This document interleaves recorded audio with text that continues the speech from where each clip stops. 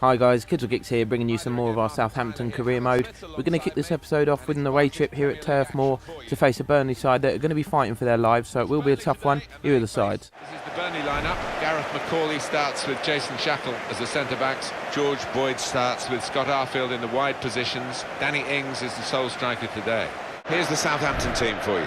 Ryan Bertrand starts despite looking shaky in recent games. Hesse starts, a midfielder in good form. In attack, Shane Long starts. He's been in tremendous form recently.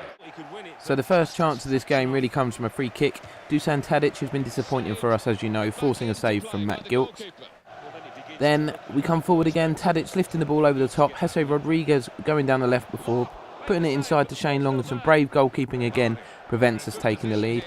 Burnley themselves then come forward, Scott Arfield plays it across goal, and a fantastic save from Fraser Forster with his legs. Another chance for Burnley, saw Jones jink inside, but a fantastic challenge from Nathaniel Klein to deny him what would have been a certain goal. And then a tackle at the other end that was equally impressive denies Dusan Tadic the rare opportunity for a goal. What a challenge that is. Good judgment there.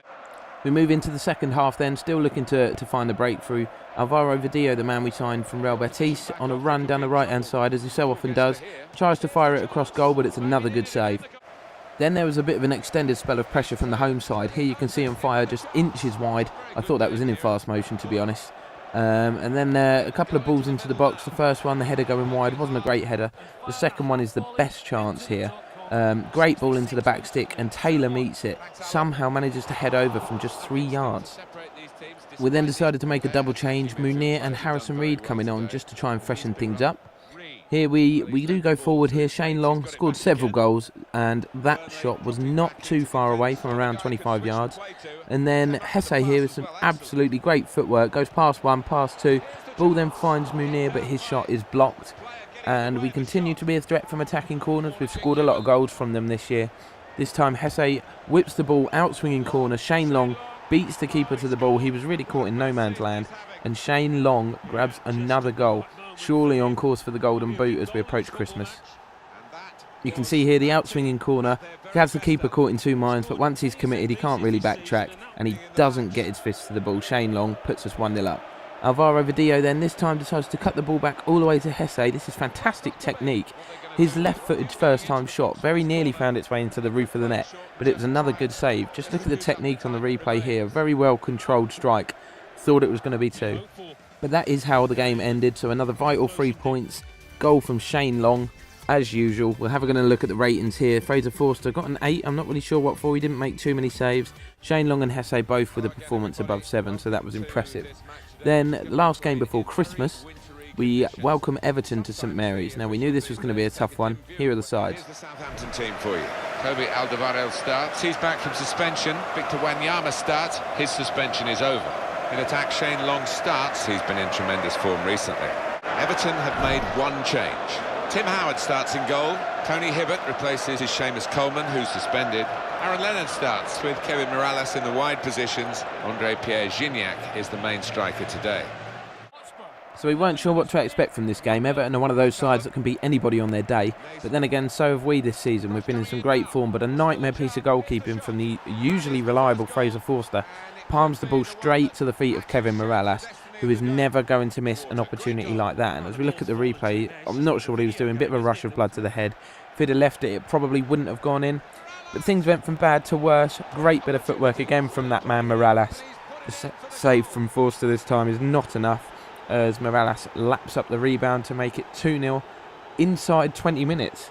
Not the start we had in mind, but as we look at the slow motion replay, Ryan Bertrand was completely done by the fake shot as he flew into the tackle. No thank you.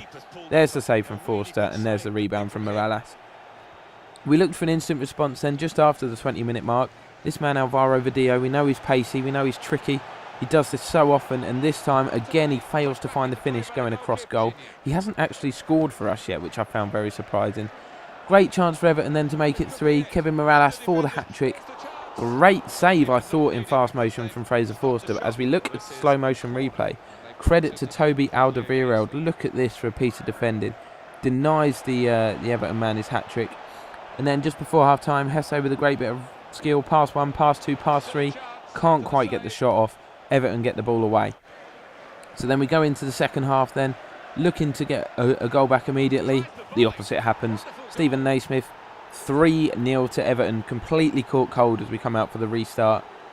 Nightmare performance, never been 3-0 down before. Look at that for a clever little pass over the top and a clever finish from Naismith. We look then to get a goal from a corner as usual. This time it wasn't really well worked, more of a bit of luck, but it falls to Schneiderlin, and Tim Howard pulls off one of the best saves I've ever seen. Fantastic one-handed save. That shot was destined right for the top corner. Look at the replay, full stretch. We then continue our forward run and we get a lifeline here. Sylvain Distin with a rush of blood to the head completely brings down Shane Long. As you can probably tell by the red symbol up by the scores, Distin is shown a red, and we have got a chance to pull one back from the spot. Shane Long, can he do the business? This is probably his 6th or 7th penalty this year. Yes, he can. We look to rush the ball back to the centre circle. Long's not interested. He just decides he's going to give some abuse to the Everton fans, even over 3-1 down. Not the smartest move, but hey-ho. You can see it's a very well-struck penalty. Hesse looks to then get us back even further into the game. A fantastic run from him, but just couldn't get enough on the shot. And Tim Howard gobbles that up. Hesse again coming forward then as we pile on the pressure as the balance in this game really shifts. And Hesse pulls it back, and another fantastic save from Tim Howard to deny us. And that's how it finished. Very disappointing defeat. You can see by the ratings, nobody getting above a 7. That shows just how poor we were today. And it's a very disappointing home defeat. We have a look at the league table then. It's not all doom and gloom. We are in 3rd place still, which is far higher than we expected to be at this point in the season. Spurs are the new Premier League leaders. They're on 33 points, as are Chelsea. We're just a point behind. With City, Arsenal and Man U hot on our heels. Leicester, Hull and Sunderland make up the bottom 3. As you can see, Leicester and Hull really not good enough, picking up 3 and 2 wins respectively. Sunderland as well. And as we approach the transfer deadline, we thought it would be a good time to do a squad report for you. It's getting to that point where we're going to have to think about potential transfer targets as well. But here we go. Fraser Forster then, as you can see, our ever-reliable goalkeeper. 10 clean sheets in 18 appearances with an average rating of 7.4. That is really, really impressive. And you can see we've got Kelvin Davies, Cody Cropper, is that? And Paulo Gazzaniga as backup keepers as well. So 4 goalkeepers at the club, with Artur Boruc, of course, out on loan. Probably don't need that many keepers at the club. You can see Kelvin Davies' stats are beginning to decline at the age of 38, as you'd come to expect. Forster has started every game for us as well, so we're probably going to look to move those players on. Nathaniel Klein then at right back, 13 games, average rating of 6.3, which I think is a bit harsh. He's been better than that. No movement in his stats, but he is only 23, so we do expect him to improve somewhat.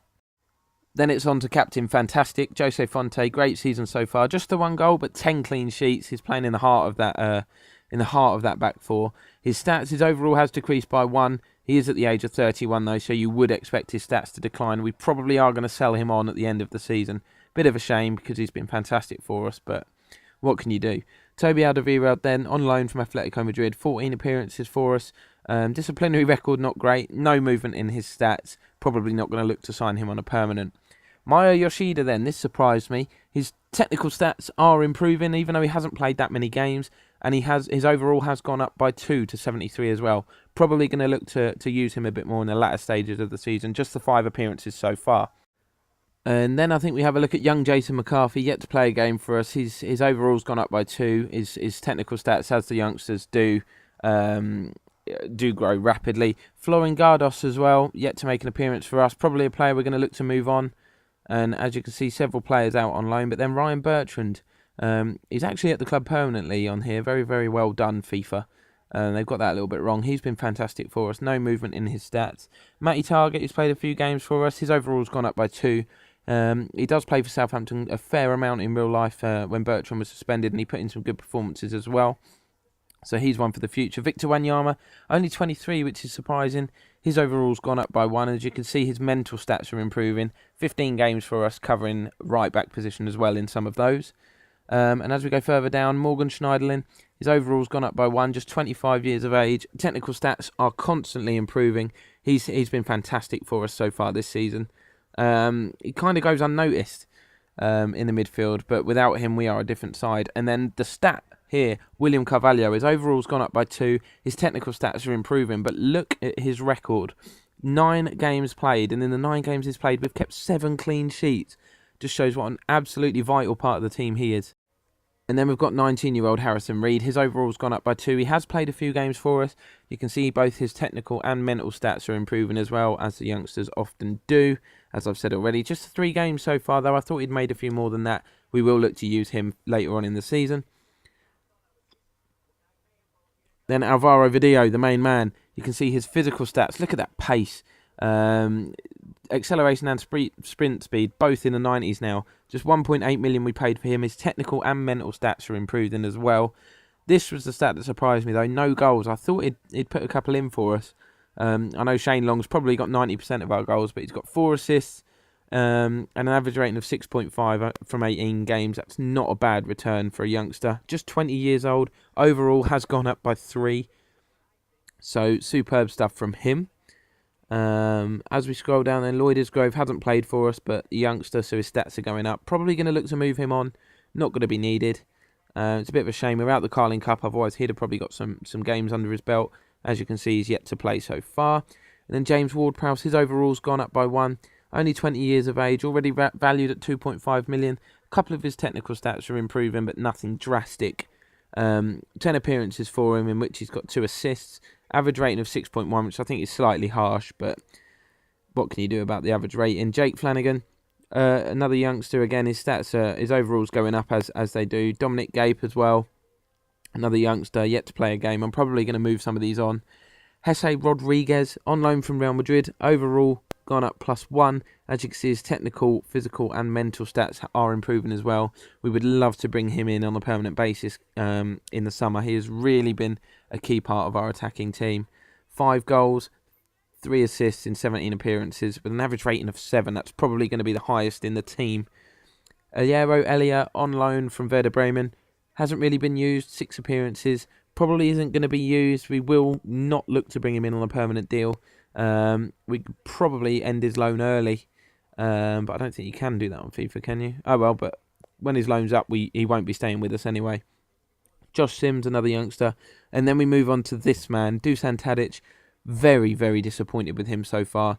Yes, he's got the 4 assists in 1 goal in 14 games, but we really did expect more from him. I've decided that we are going to try and offload him in January. He's valued at 10.5 million, so if we can get somewhere around the 13-14 million mark, that will help us to improve the squad. And then we move on to Jay Rodriguez, a former fan's favourite at Southampton, but he's out of favour with us this year. Despite not playing any games at all, his overall has gone up 1. He was capped for England a few years back, so we probably should start using that bad boy, but we're going to look to offload him. Juricic, overall's gone up by 1. He's just 22 years old, 3 appearances so far. Very poor average rating and very poor performances from him when he's played, to be honest. Only his mental stats have improved. We are probably going to offload him as well. And then you've got some youngsters, Jake Hesketh. I think that's how you pronounce it. He hasn't played for us, but his stats are on the increase. And then this man, he's going to be key for us. Thinking about recalling him, Gaston Ramirez, on loan at Hull City, of course. Overall has gone up +2. And look at the improvement in his technical stats. Just the sort of player we need in that cam role at the moment. And I'm sure with him we'd be a completely different side. We'd probably score twice as many goals.